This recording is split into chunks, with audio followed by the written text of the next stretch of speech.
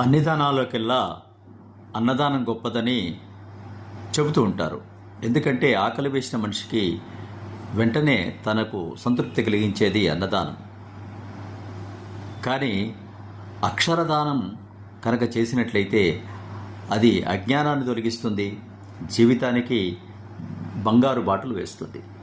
కాబట్టి విద్యాదానం అనేది సర్వత్రా చాలా ప్రాముఖ్యం కలిగిందని సర్వేపల్లి రాధాకృష్ణన్ గారు మనకు తెలియజేస్తున్నారు.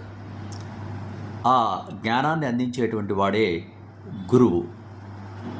గురువు అజ్ఞానం అనేటువంటి చీకటిని, అంధకారాన్ని తొలగించి వెలుతురనేటువంటి దాన్ని విద్యార్థుల యొక్క జీవితంలో ప్రసరింపజేస్తాడు. కాబట్టి విద్యా వ్యవస్థలో గురువు యొక్క స్థానం చాలా ఉన్నతమైనది. అందుకే గురు బ్రహ్మ గురుర్విష్ణు గురుర్దేవో మహేశ్వర గురు సాక్షాత్ పరబ్రహ్మ తస్మై శ్రీ గురవే నమః అన్నారు.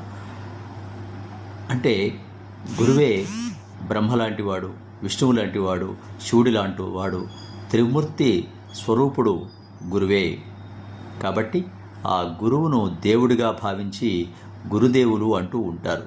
కాబట్టి ఈ సెప్టెంబర్ 5న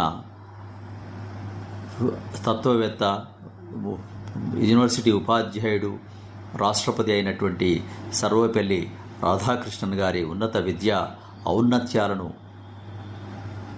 గమనించి భారత ప్రభుత్వం 5 సెప్టెంబర్ ఆయన జన్మదినోత్సవాన్ని గురుపూజా దినోత్సవంగా మనం జరుపుకుంటున్నాం.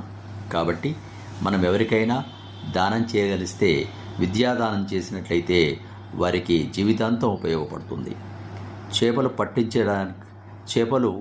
ఇచ్చేదానికన్నా చేపలు పట్టడం నేర్పించినట్లుగా అన్నదానం, వస్త్రదానం, ధనదానం చేసేదానికన్నా అక్షరదానం చేసి వారికి భావి జీవితంలో అది ఉపయోగపడేటట్లుగా చేయడం చాలా ముఖ్యమని, అజ్ఞానాన్ని తొలగించి జ్ఞాన జ్యోతులు నింపినట్లయితే ఆ జ్యోతి వెలుగులో, ఆ విజ్ఞాన వెలుగులో వారి జీవితాలను పరిపుష్టం చేసుకుంటారు, కాంతిమయం చేసుకుంటారని సర్వేపల్లి రాధాకృష్ణన్ గారు ఈ సందర్భంగా అన్నదానం ఆకలిని తీరిస్తే అక్షర జ్ఞానం అజ్ఞానాన్ని తొలగిస్తుంది అని తెలియజేశారు. కాబట్టి చేతనైనంతలో విద్యాదానం చేయడం అనేది చాలా ముఖ్యమని తెలుసుకొని దానికి పాటుపడే ప్రయత్నం చేద్దాం.